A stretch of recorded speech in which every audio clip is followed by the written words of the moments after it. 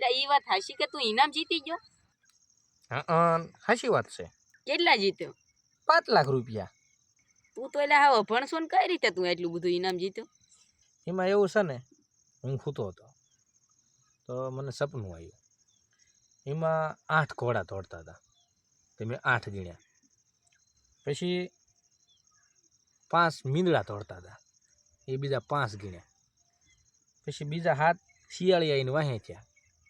એ બધાનો ટોટલ માર્યો ને 7, 5 અને 8 તો 15 થયા. આ 15 નંબર માથે 500 મેક્યા ને તો 5 લાખ રૂપિયા આવી ગયા.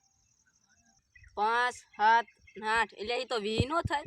હા વિહત થાય. જોતો હું ભણ્યો હોત ને તો અઠિયો નો માર્યો હોત તો 20 નંબરમાં લગાડ્યો તો ક્યાંય ન આવત. આ નથી ભણ્યો ને એટલે સારું છે. હું જ કહું તુંય ન ભણતો.